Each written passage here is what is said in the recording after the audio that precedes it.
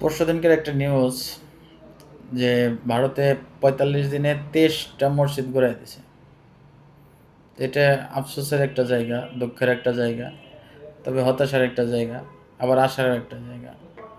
আসলে আমরা মুসলমানরা একতাবদ্ধ হইতে পারি না, তবে আমাদের এরকম নৈতিক অবক্ষয় হয়ও নাই, আমাদের ইসলাম এটা শিখায়ও নাই, আমার রাসূল সাল্লাল্লাহু আলাইহি ওয়াসাল্লাম এটা শিখায়ও নাই যে যেখানে সংখ্যালঘুরা থাকবে তাদের উপরে নির্যাতন করা হবে।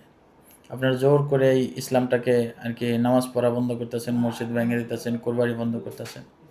কিন্তু আমার দেশে যত সংখ্যালঘু আছে হিন্দু ভাইরা, তাদের সাথে আমরা কাঁধে কাঁধ মিলিয়ে চলি। তারা আমাদের আপদে বিপদে থাকে পাশে, আমরাও তাদের আপদে বিপদে সর্বাত্মক পাশে থাকি। এই যে ২৪-এর সময়, আন্দোলনের সময় অনেক মসজিদ মাদ্রাসা পাহারা দিচ্ছে মাদ্রাসার ছাত্ররা, সাধারণ জনতা, সরকার দলের লোকজন, বিরোধী দলের লোকজন, বর্তমানে বিএনপি জামাতের লোকজন। তো এটা কি লিগে চাইছে যে আমাদের ভিতরে কোনো ধরনের শত্রুতা নাই বা এরকমই কিছু না। তবে যাদের ক্ষেত্রে শত্রুতা যেটা হয় সেটা হচ্ছে দলের কারণে। এখন একজন হিন্দু ভাই সেটা আওয়ামী লীগ করার কারণে, অন্য মানুষের উপরে জুলুম নির্যাতন করার কারণে তারা এটাই করছে। কিন্তু এমনি কোনো ব্যক্তিগত ক্ষোভে কোনো হিন্দু মুসলমান বা কারোর সাথে দাঙ্গাদাঙ্গি হয় নাই, কারো জোর জবরদখল কিছু হয় নাই। এটা বাংলাদেশের একটা ঐতিহ্য, কারণ এখানে মুসলিম প্রধান দেশ। মুসলমানের ভেতরে যে যে গ্রুপই করুক, কিন্তু তারপরেও কোনো হিন্দুর উপরে কেউ জুলুম করে না।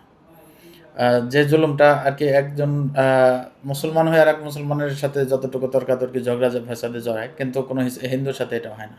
এখন ভারত এই কালচারটা সৃষ্টি করার কারণটা হইতেছে হয়তো বাংলাদেশটার উপরে কি হইতেছে, কোনো জায়গায় ঠাঁই পাইতেছে না। চীনের কাছে ওর পাশে ঠাঁই পায় না, নেপালের কাছে পায় না, পাকিস্তানের কাছে পায় না, টিকতে পারে না কোথাও। এখন আমেরিকার কাছেও টাইম পাইতেছে না, ইরানের কাছে পাইতেছে না।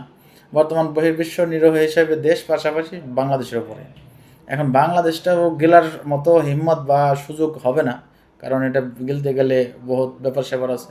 কারণ এটা ৫৫ বছর আগেই গেলা ফেলতে পারতো, এটা যদি সম্ভব হতো, কারণ আদৌ সম্ভব না।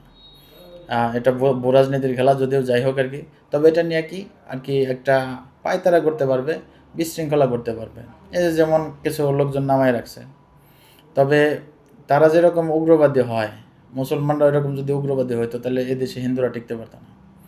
এর জন্যে দুনিয়া আখিরাত দুই জায়গার কথা, যদিও আপনাদের হয়তো সেই চিন্তা নাই ভারতের উগ্রবাদী হিন্দুদের, সেটা থাকবেও না। তবে দিন যাইতেছে, পৃথিবী এরকম একরকম থাকতেছে না।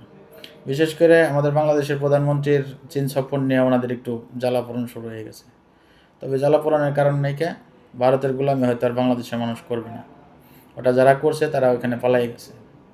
তো এর জন্যে যা কিছু করেন আমাদের বাংলাদেশের যে হিন্দু ভাইয়েরা, অন্তত সাধারণ